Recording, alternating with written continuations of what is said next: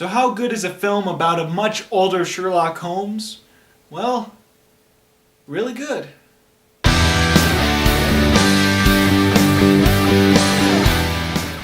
So, Mr. Holmes stars Sir Ian McKellen as Sherlock Holmes.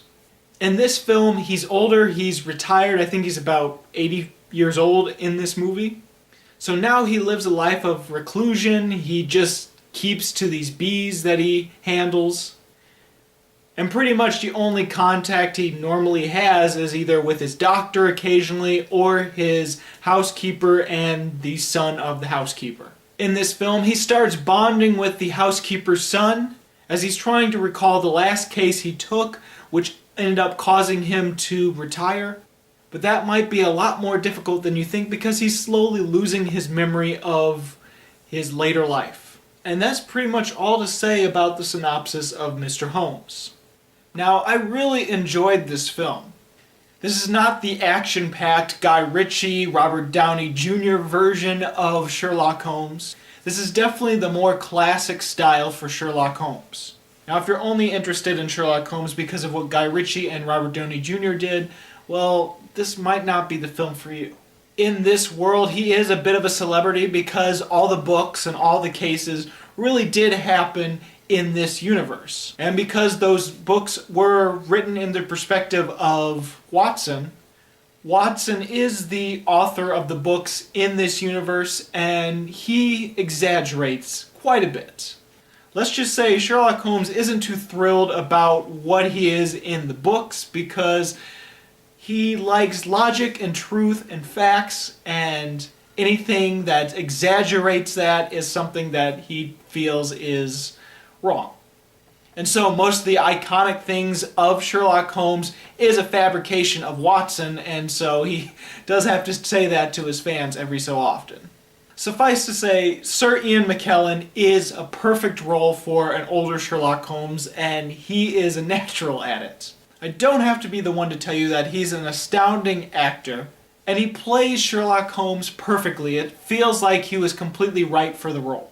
He has all the gentlemanly charm of an older Sherlock Holmes. He can be a little bit grumpy at times and a little bit too logical, which comes off a little bit of a smartass, but he still has that really nice charm and wit, and he's really amazing in this role. He's entertaining, he's fun, and he's a really good, believable detective.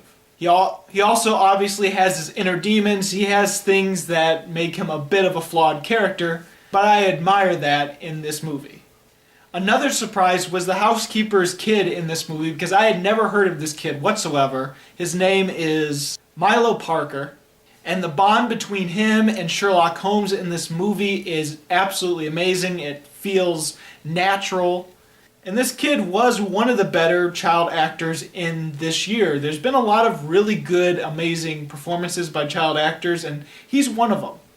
This movie is a classic mystery. It's a very human story.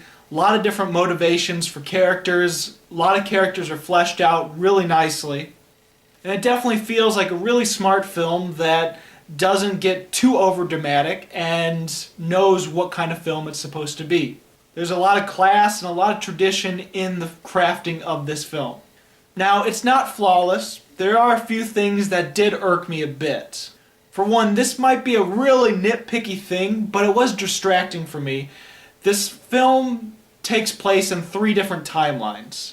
And during the more present timeline of the film, Sir Ian McKellen is, well, he's in this old age makeup to make him look even older. And the only time where you see him without makeup or him as you normally would see him in movies is during the past when he's talking about the past case that ended up making him retire. So during the present time when he's a much older Sherlock Holmes, he's got this old age makeup that sometimes can be really distracting. But again, this is a very nitpicky thing. It makes sense why he would have to look older, and they do a really good job at that. But sometimes it did distract me, and all I could think about is this doesn't look quite like Ian McKellen. Another thing that didn't bother me too much but could bother other people is this does take place in 3 different timelines and they're intermingled, and sometimes it can be confusing. This movie tells three different stories. It tells the story of the present time when he's trying to recall his last case where he retired. He's trying to make a book about that, to try to tell a book where it says the truth. And in this meantime, he's bonding with the kid. The housekeeper is trying to get them away for a better job because they can't stay with Sherlock Holmes because he's really old and he could die probably any minute. And that's all the present stuff, but it also intermingles two different things. One is the past assignment that caused him to retire, and you slowly unravel the mystery of that case as the movie progresses, and it progresses a real natural pace as he's recalling, and certain images and things will spark his memory from time to time. But another timeline is kind of irrelevant. It's a very minor subplot and doesn't add as much to the overall story as the other two timelines. But there's a moment where he goes into Japan to find this ashy...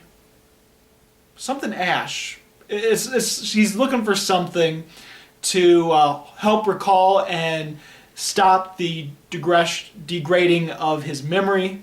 And so he goes to Japan because he hears about this miracle plant that he can get. And that whole storyline is almost, like I said, is almost irrelevant. It's a basic subplot, and it probably could have been taken out without getting rid of too much, you know? So in a way, the movie has three different cases going on at once, because even in the present, even though he's mainly recalling a past case as well as bonding with this kid, there is a case that happens because his honeybees are dying and they're trying to find out how the honeybees are slowly dying. So technically there's three cases within this movie. And sometimes it can get a bit messy and a little confusing, but as long as you pay attention, you will be fine.